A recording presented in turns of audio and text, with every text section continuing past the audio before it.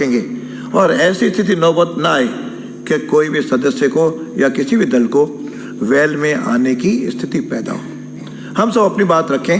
आप सबको पूरा समय मिलेगा कि आप अपनी बात रखें, जनता की समस्याओं को रखें, मुद्दे भी उठाएं, लेकिन सदन की जो मर्यादाएं हैं, सदन की जो परंपराएं हैं, सदन के जो नियमों हैं, इस सब का आज विषय कई आए, उसमें अपने को जानकारी मिली, उसका यदि अपन पालन करेंगे तो सदन का बहुत अच्छी तरह से समय का सदुपयोग भी होगा, जनता भी सेवा कर सकेंगे, सरकार पक्ष और विपक्ष दोनों ही जनहित के मुद्दों को उठा करके जनता को अच्छा शासन दे सकेंगे।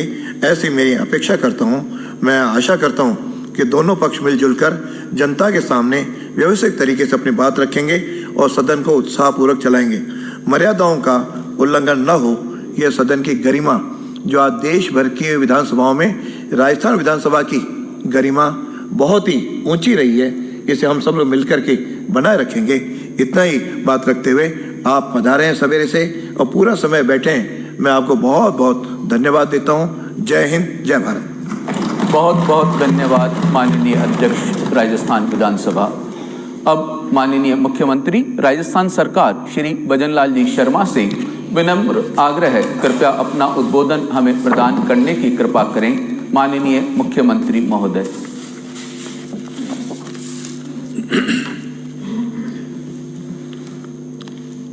आज के हमारी 16वीं विधानसभा के प्रबोधन के अवसर पर हमारे बीच में जो इसी सदन से गए हैं और इस सदन में काफ़ी समय तक वो रहे हैं, ऐसे माननीय लोकसभा के अध्यक्ष श्री ओम बिरला जी, माननीय विधानसभा के अध्यक्ष श्री वासुदेव देवनानी जी, सम्मानित वक्ता, उपस्थित सभी साथी विधायकगण, माननीय लोकसभा अध्यक्ष जी का इस समारोह में अभिनंदन करता हूं।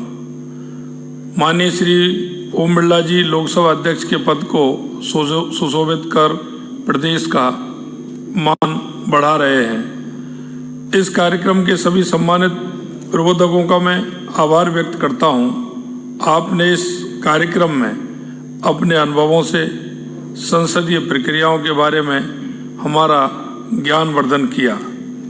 इस कार्यक्रम को आपने अपने विधायी अनुभवों से सजोया है। संसदीय प्रक्रिया के नियमों को उदाहरण से समझाया है। कार्यक्रम के विभिन्न सत्रों में हमें विविधियों की सभा की प्रक्रिया, कार्य संचालन, नियमों और समय के साथ बनी परिपाटियों के बारे में उपयोगी जानकारी दी है। हमारे विद्वान वक्ताओं ने विधायिका और इसकी समितियों के कार्यों के विभिन्न आयामों पर भी प्रकाश डाला और माननीय श्री बिरला जी की अनुभवों से भी हम लाभान्वित होंगे। माननीय उपराष्ट्रपति जी ने अपने संबोधन में कहा कि हमारा देश दुनिया की 5वीं आर्थिक महाशक्ति बन गया है। देश निर्माण के इस हवन में आप सभी का योगदान है और विकास की गंगा की शुरुआत विधायिका से ही होती है। माननीय उपराष्ट्रपति जी ने अपने अनुभव से हमें यह समझाने की कोशिश की कि सदन को चलाने की जिम्मेदारी पक्ष और विपक्ष दोनों की होती है।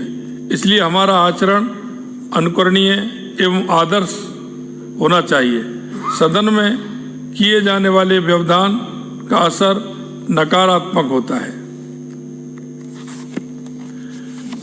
उपराष्ट्रपति महोदय ने हमें भारत की संविधान सभा से प्रेरणा लेने के लिए कहा और बताया कि संविधान सभा 3 साल तक बिना किसी व्यवधान के चली।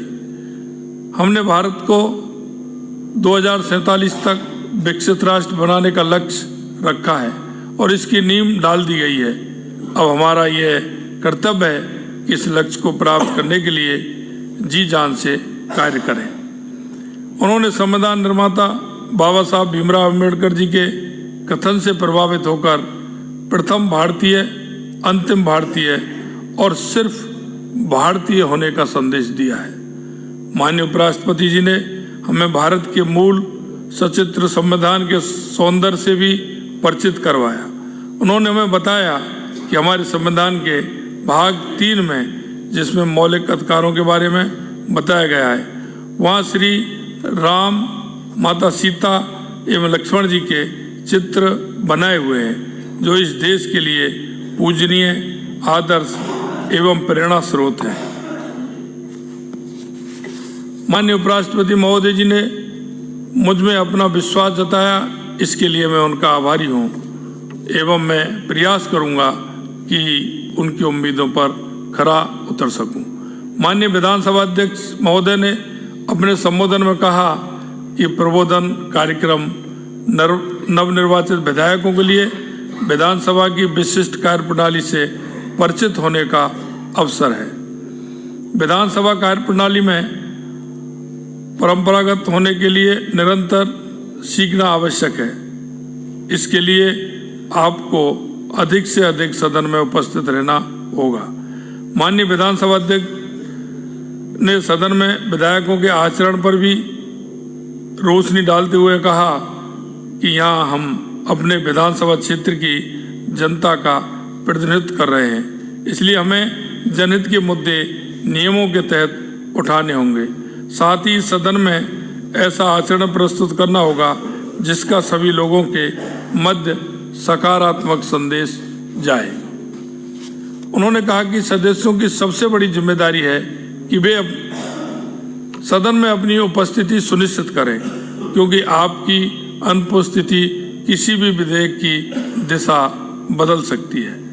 माननीय पूर्व अध्यक्ष श्री CP जोशी जी ने अपने अनुभवों का साझा करते हुए नवनिर्वाचित सदस्यों को सदन की विभिन्न समितियां जैसे कि पब्लिक अकाउंट्स कमेटी आदि के संचालन, गठन एवं उद्देश्य से अवगत कराया।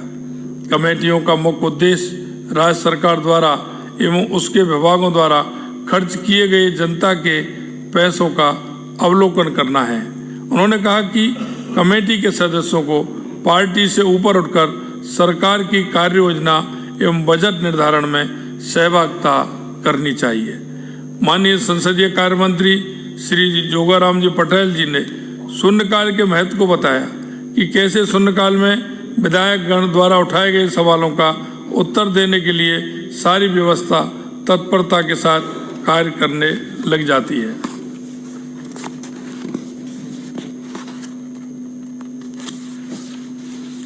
राज्यसभा सदस्य श्री घनश्याम तिवारी जी ने बिल सदन की मेज पर रखने से लेकर बिल पारित करने की पूरी प्रक्रिया से अवगत करवाया।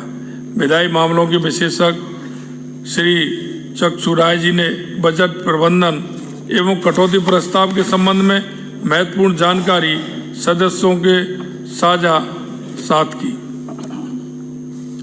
लोकसभा सांसद श्री राजेंद्र अग्रवाल जी ने स्थगन प्रस्ताव, विशेष उल्लेख के प्रस्ताव, अवलंबनीय लोक महत्व जैसे महत्वपूर्ण विषय पर अपने विचारों से हमें अवगत कराया। मेरे लिए प्रबोधन कार्यक्रम सीखने का अनूठा अनुभव था। मैं इसके आयोजन के लिए अध्यक्ष महोदय को धन्यवाद देता हूँ। मैं प्रबोधन के लिए माननीय उपराष्ट्रपति महोदय, माननीय लोकसभा अध्यक्ष, माननीय सांसद और अन्य सम्मानित वक्ताओं का भी आभारी हूँ। माननीय उपराष्ट्रपति जी और माननीय लोकसभा अध्यक्ष जी की उपस्थिति ने प्रबोधन कार्यक्रम को गरिमा प्रदान की है और उपयोगिता और शोभा को भी बढ़ाया है। उम्मीद है इस प्रबोधन कार्यक्रम से हमें उपयोगी चर्चाओं के लिए विधानसभा के बहुमूल्य समय का सर्वोत्तम उपयोग करने में मदद मिलेगी। इन नियमों और प्रक्रियाओं की जानकारी सदस्यों के लिए सदन तथा इसकी समितियों की कार्रवाई में प्रभावशाली ढंग से भाग लेने में मददगार होगी। आप सभी का मैं बहुत बहुत धन्यवाद करता हूँ। धन्यवाद माननीय मुख्यमंत्री महोदय, आपका बहुत बहुत आभार। हम अभिभूत हैं, हर्षित हैं कि माननीय अध्यक्ष लोकसभा श्री ओम बिरला जी प्रबोधन कार्यक्रम के समापन समारोह में हमें अपना स्नेहिल सानिध्य प्रदान कर रहे हैं। आपसे उद्बोधन के लिए आग्रह करें, इससे पूर्व आपका संक्षिप्त परिचय। आप 2003 से निरंतर 3 बार कोटा दक्षिण निर्वाचन क्षेत्र से राजस्थान विधानसभा के लिए निर्वाचित हुए व इस सदन के सम्मानित सदस्य रहे। आपने विधानसभा के अपने पहले कार्यकाल में राजस्थान सरकार में संसदीय सचिव के रूप में अपनी सेवाएं प्रदान की हैं। वर्ष 2014 से निरंतर 2 बार कोटा संसदीय क्षेत्र से लोकसभा के सदस्य के रूप में आप निर्वाचित हुए हैं। आप 2019 से लोकसभा के अध्यक्ष पद को सुशोभित कर रहे हैं। आप अपने अध्यक्षीय कार्यकाल में अनेकानेक नवाचारों के प्रणेता रहे हैं। आपसे अति विनम्र आग्रह, कृपया अपने संबोधन से हमारा ज्ञानवर्धन करने की कृपा करें। माननीय अध्यक्ष लोकसभा।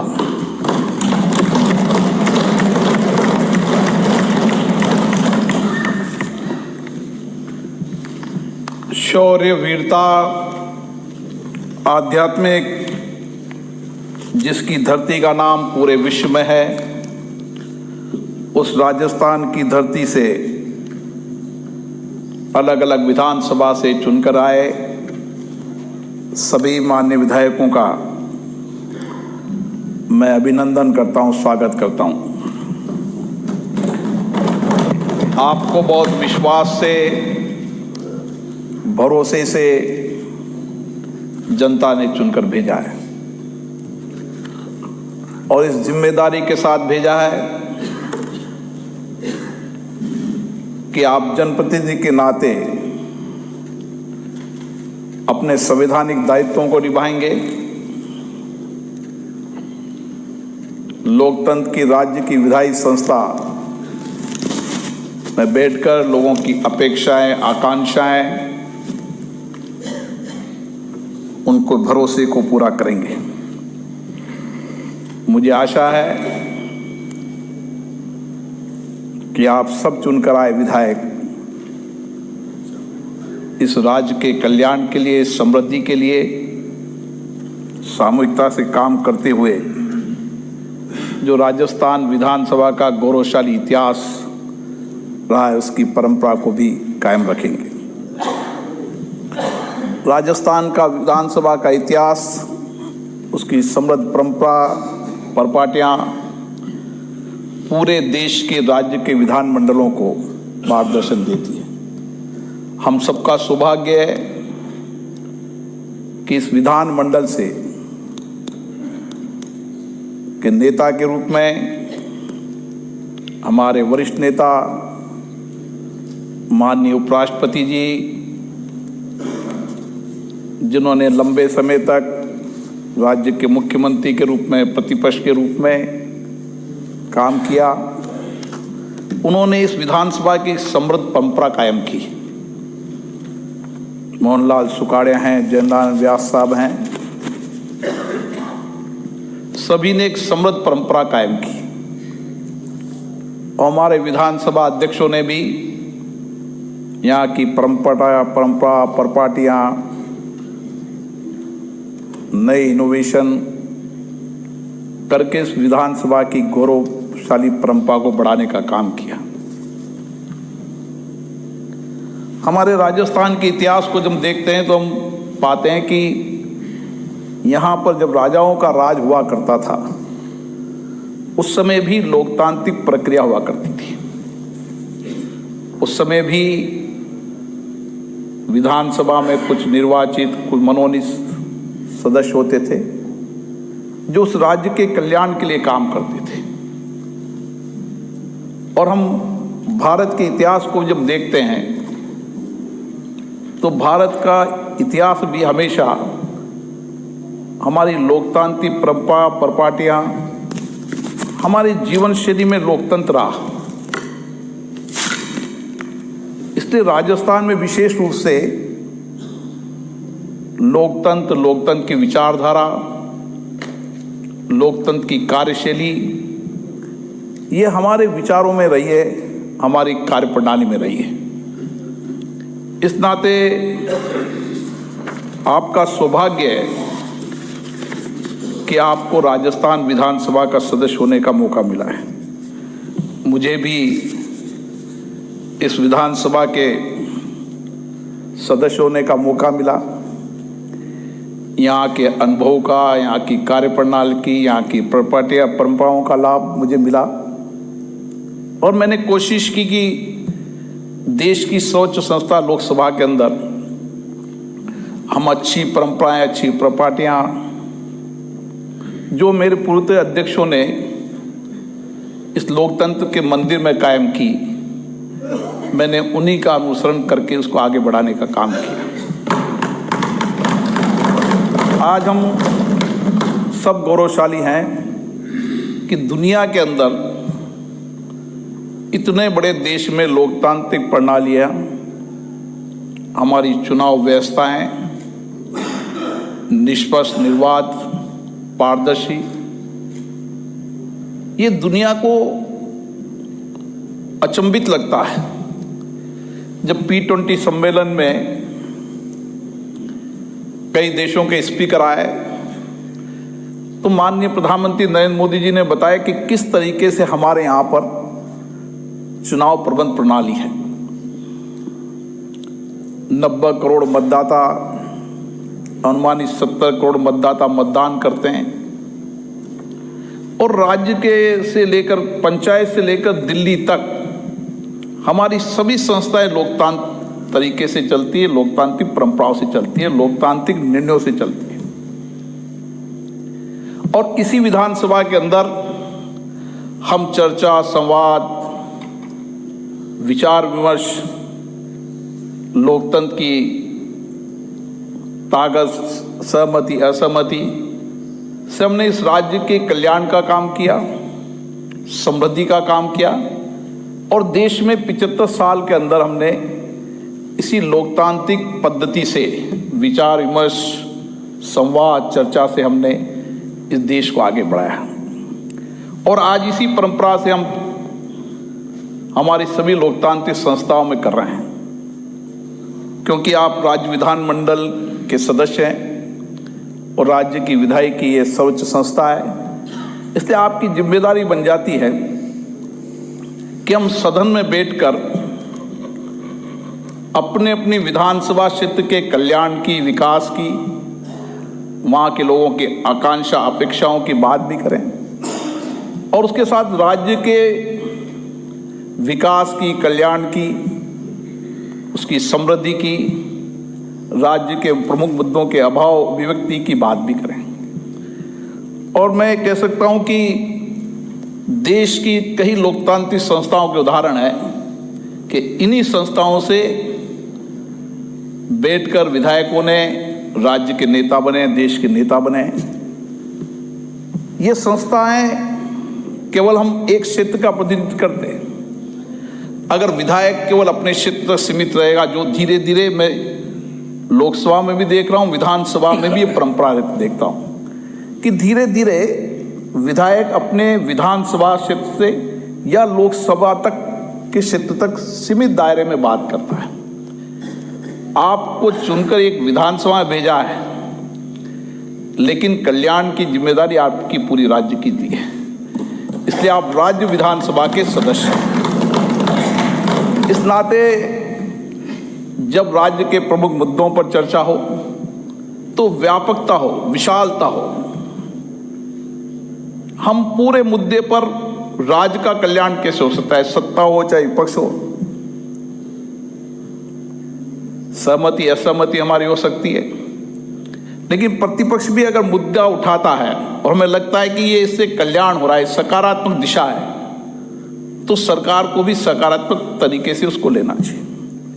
क्योंकि पूरी राज्य के अभाव अभिव्यक्ति, जानकारी, मुद्दों की जानकारी, कष्टों की जानकारी केवल एक जगह से मिल सकती है, तो राज्य की विधानसभाओं से मिल सकती है, जहां आपको पूरे राज्य के बारे में, वहां हो रही घटनाओं के बारे में, वहां की परिस्थितियों के बारे में, वहां लोगों के अभावों के बारे में, वहां की चिंताओं के बारे में आपको विधानसभा के माध्यम से अगर सकारात्मक रूप से सरकार इन सब उठाए मुद्दों को, राजनीतिक कुछ मुद्दे राजनीतिक आधार पर होते हैं, कुछ मुद्दे केवल हमें विरोध करना है उसके आधार पर हो सकते हैं, लेकिन उसमें कई मुद्दे ऐसे हैं जिससे लगता है कि इससे इन मुद्दों को सकारात्मक दिशा से ले सकते हैं, तो उससे राज्य का कल्याण होगा, तो हमें भी सोचना चाहिए। और दूसरा, मुझे लगता है कि विधायकों को अपने अपने क्षेत्र में जो नया इनोवेशन करते हैं, नए नए काम करते हैं, जिससे वहाँ के जीवन में परिवर्तन करने का आपने काम किया,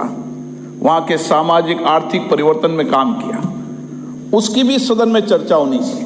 मैं विधानसभा के अध्यक्ष से कहूँगा कि एक दिन सदन में सभी विधायकों को अपने अपने विधानसभा क्षेत्र में जो उन्होंने जन कल्याणकारी, लोक कल्याणकारी योजनाएं लागू की और सामाजिक प्रयासों से किस तरीके से समाज के अंतिम व्यक्ति के जीवन में परिवर्तन किया, सामाजिक परिवर्तन किया, आर्थिक परिवर्तन किया, महिलाओं का आर्थिक स्वावलंबन किया, गरीब व्यक्तियों के जीवन का परिवर्तन करने का काम किया, अगर उसकी हम चर्चा करेंगे तो हमें एक दूसरे के अनुभव से सीखने का मौका मिलेगा और हमें लगेगा कि इस विधायक ने इस इनोवेशन करके, इस काम करने से अगर इतना परिवर्तन कर दिया तो मैं भी क्यों नहीं करूं।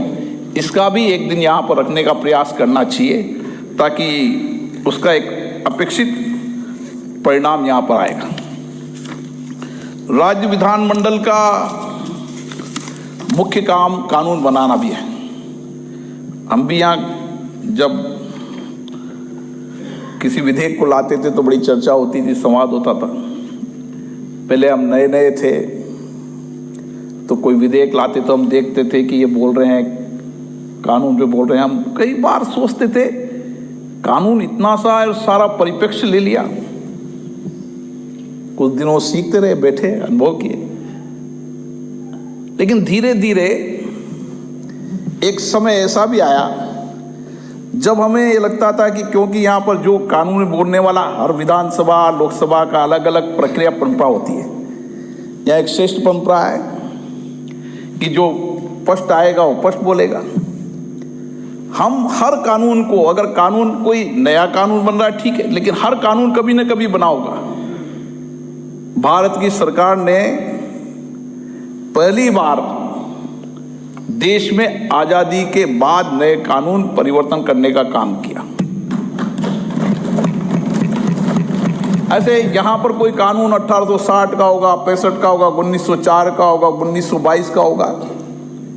जब वो कानून में कुछ नया परिवर्तन, संशोधन लाए तो जब कानून बना था, जब से लेकर अभी तक उस पर होने वाली डिबेट, चर्चा को अगर हम देखें, पढ़े, तो हम जब कानून पर डिबेट करेंगे, चर्चा करेंगे, तो मेरा दावा है आप एक विधानसभा नहीं राज्य के नेता बनेंगे, लोग आपको सुनेंगे। इसी विधानसभा के अंदर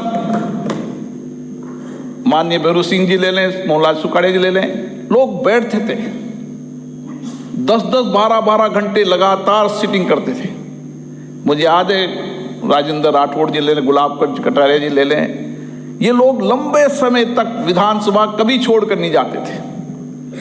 आजकल मैं विधानसभा में जब देखता हूं तो 15, 20, 25 लोग रहते हैं।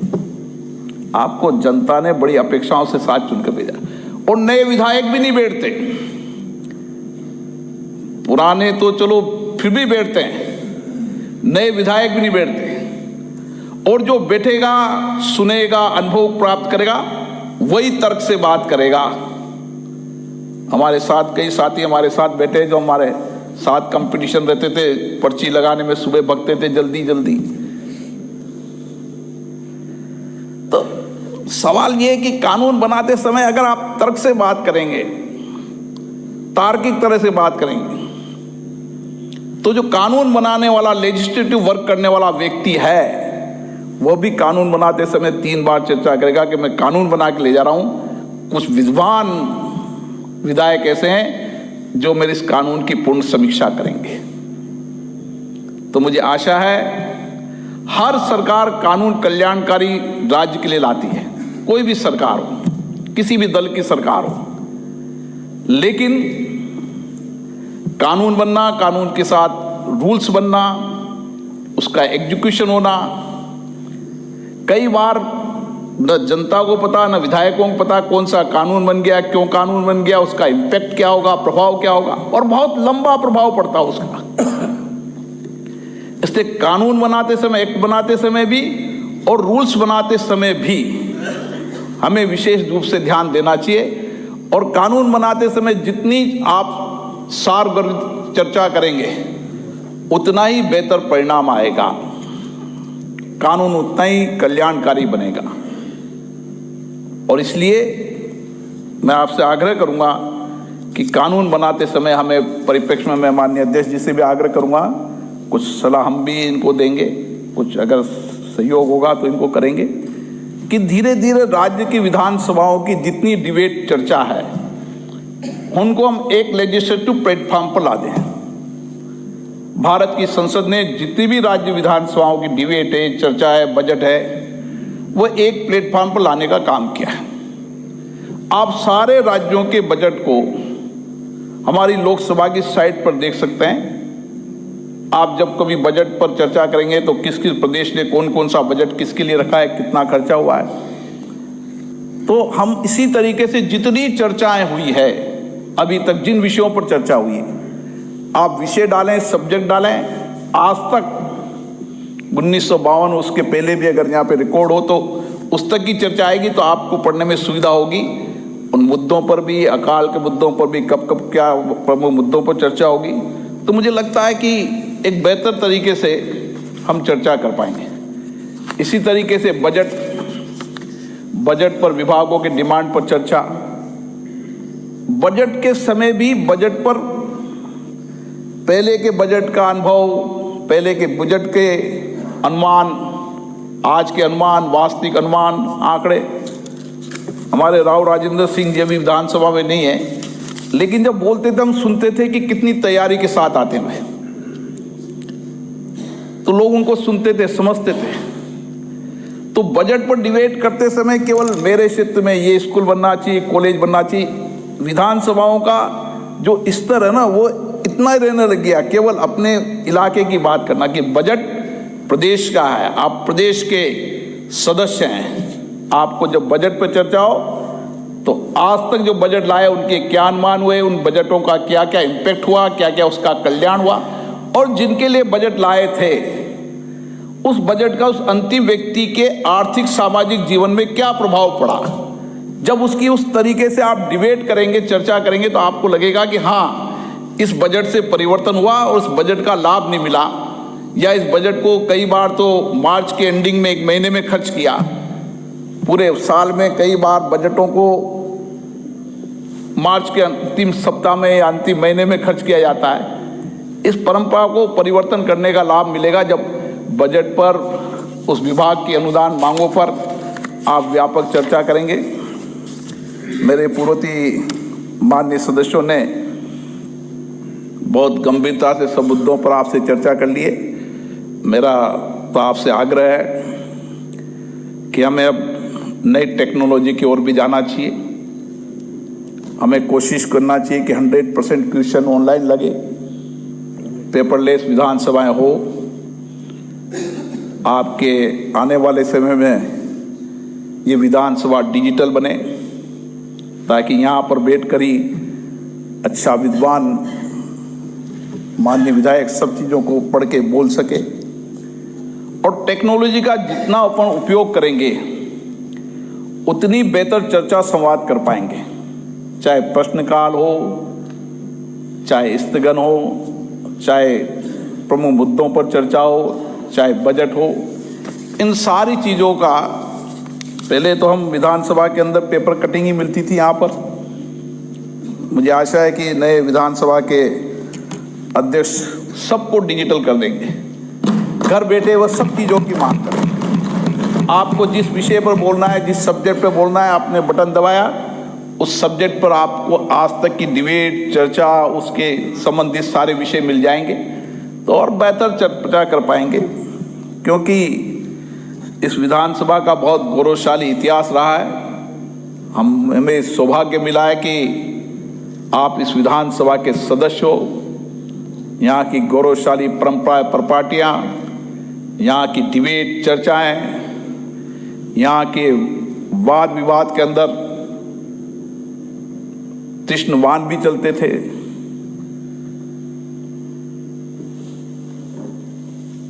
असहमति भी व्यक्त होती थी, विरोध भी होता था, लेकिन धीरे धीरे लोकतांत्रिक संस्थाओं के अंदर जो परंपराएं डरने लगी, ये बहुत अच्छी परंपरा नहीं है। मैं यहाँ भी उसका विशेष रूप से कहूँगा, महामहिम राज्यपाल के अभिभाषण के अंदर हमारे संसद में कभी व्यवधान पैदा नहीं होता। मैं राज्य की विधानसभा में आग्रह करूँगा कि राज्यपाल हमारे संवैधानिक पद पे हैं, कम से कम उनके भाषण पर अभिभाषण पर कोई गतिरोध पैदा नहीं होना चाहिए। हमारी कोशिश होना चाहिए कि हम अध्यक्ष जी से मिले, कुछ महत्वपूर्ण मुद्दों पर चर्चा करना है तो उसका विषय उठाएं। कोई लाभ नहीं मिलता, सदनों में गतिरोध से कोई बेहतर परिणाम नहीं होगा और गतिरोध से हम जनता का कल्याण भी नहीं कर पाएंगे।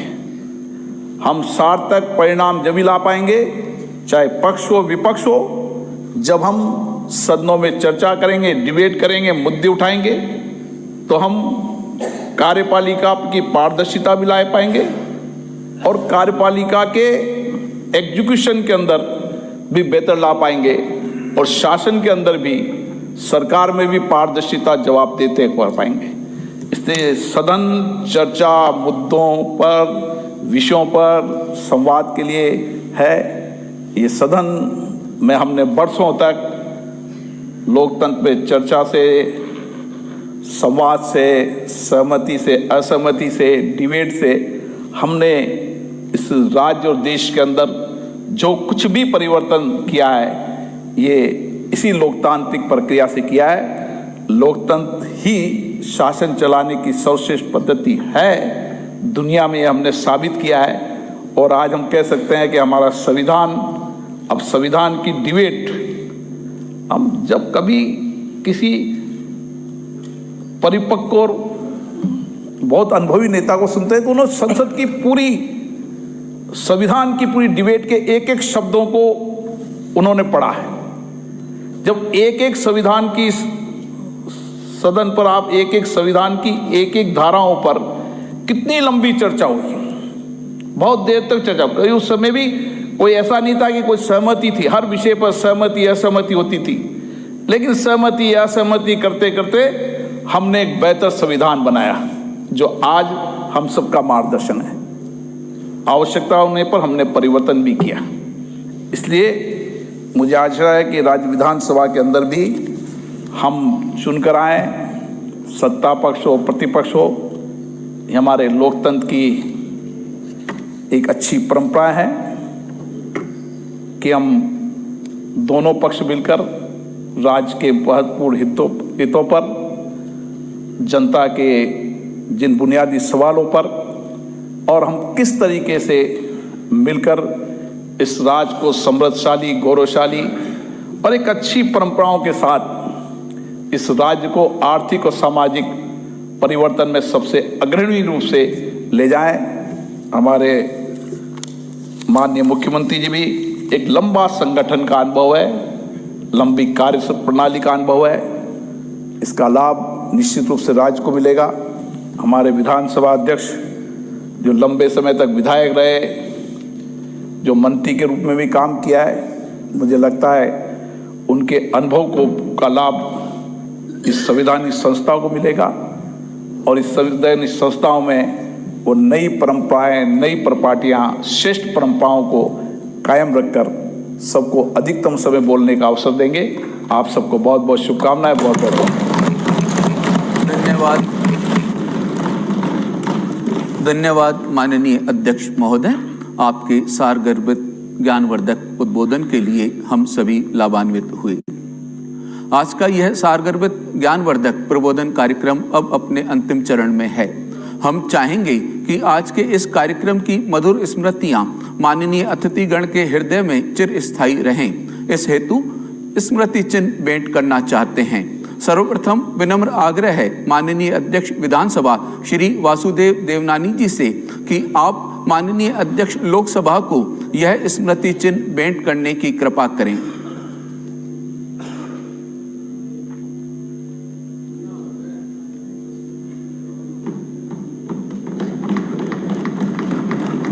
बहुत बहुत धन्यवाद माननीय अध्यक्ष महोदय। अब माननीय संसदीय कार्य मंत्री श्री जोगाराम जी पटेल से नम्र अनुरोध कृपया माननीय मुख्यमंत्री राजस्थान सरकार श्री भजनलाल जी शर्मा को स्मृति चिन्ह भेंट करने की कृपा करें।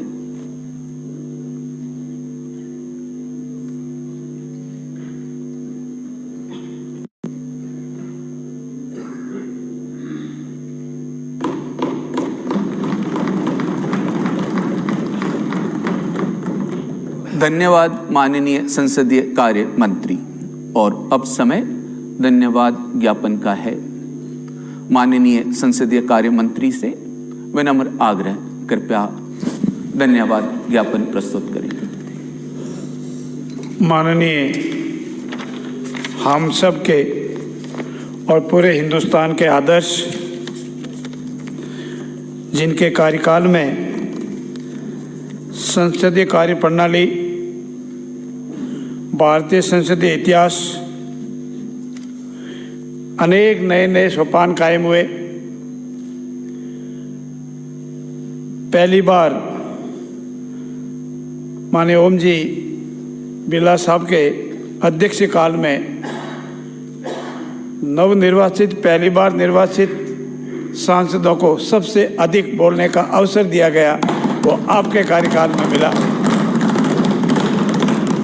सबसे अधिक कार्य हुआ संसदीय क्षेत्र में, संसद में, तो आपके कार्यकाल में हुआ। विश्व की सबसे बड़ी ऐतिहासिक संसद भवन बनी तो आपके कार्यकाल में बनी। हमारी ऐतिहासिक इमारत, जिनमें अनेक वर्षों तक हमारे सांसद, प्रधानमंत्री, प्रतिपक्ष के नेता विराजमान हुए, उसका ऐतिहासिक म्यूजियम बना तो आपके कार्यकाल में बना। मैं गिनाने लगूं तो बहुत समय लग जाता है, लेकिन मुझे सिर्फ धन्यवाद का आदेश है। हम सब इस विधानसभा के सभी सदस्यगण, डाइस पर विराजमान माननीय अध्यक्ष महोदय, माननीय मुख्यमंत्री और इस विधानसभा के हमारे सचिवालय के सभी माननीय कर्मचारियों की ओर से आपका तहे दिल से बहुत बहुत आभार और अभिनंदन करते हैं कि आपने अपना अमूल्य समय दिया। हम आपके हमेशा आभारी रहेंगे। माननीय अध्यक्ष महोदय वासुदेव जी देवनानी ने आज हम सब माननीय सदस्यों को इस प्रबोधन कार्यक्रम के माध्यम से संसदीय कार्यों से अवगत कराने, हमारे आचरण के संबंध में सीखने सिखाने, हमारी कार्य प्रणाली के संबंध में सीखने सिखाने और विधायी कार्य से अवगत होने का अवसर दिया। मैं सभी माननीय सदस्यों की ओर से माननीय अध्यक्ष महोदय का भी बहुत बहुत आभार व्यक्त करता हूं। हमारे यशस्वी मुख्यमंत्री आदरणीय भजनलाल जी शर्मा का भी आभार व्यक्त करता हूं कि उन्होंने भी अपने व्यस्तम समय में से समय निकालकर आज यहाँ लगातार सुबह से उपस्थित हैं, अपना समय निकाला, आशीर्वाद दिया। मैं आदरणीय मुख्यमंत्री जी की बहुत बहुत आभार व्यक्त करता हूं।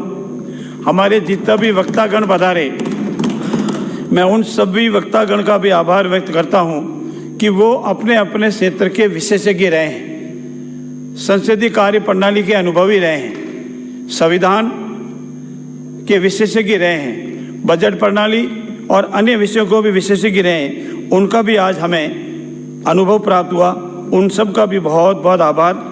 हमारे विधानसभा के सचिवालय के सभी अधिकारियों, सेक्रेटरी साहब सहित सभी का भी आभार कि उन्होंने सुबह से लगाकर आज तक पूरी पूरी व्यवस्था की। उनका भी, हमारे मीडिया के सभी भाइयों का भी मैं आभार व्यक्त करता हूं। मैं अंत में इस विधानसभा के सभी माननीय सदस्यों और कार्यपालिका के माननीय सभी सदस्यों का भी आभार व्यक्त करता हूं कि उन्होंने आज इस प्रबोधन कार्यक्रम को ऐतिहासिक बनाया। पुनः डाइस पर विराजमान तीनों हमारे राजस्थान की महान हस्तियों सहित विधानसभा के सभी माननीय सदस्यों का बहुत बहुत आभार, धन्यवाद, बहुत बहुत धन्यवाद। बहुत बहुत आभार, धन्यवाद माननीय संसदीय कार्य मंत्री। राष्ट्रगान के लिए खड़े होने हेतु आग्रह है। राष्ट्रगान।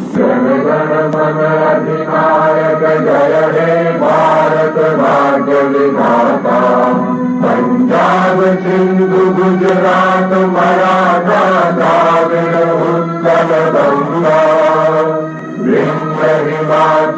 यमुना गंगा उज्जल जलधितरंगा तव शुभ नामे जागे तव शुभ आशीष मांगे गाहे तब जय गाथा जन गण मंगल दायक जय हे भारत भाग्य विधाता जय हे जय हे जय हे जय जय जय जय हे।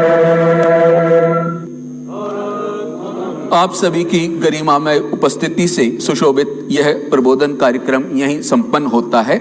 आप सभी हाई टी के लिए सदन के पूर्वी दिशा स्थित परिसर में सादर आमंत्रित हैं। आप सबका एक बार पुनः बहुत बहुत आभार।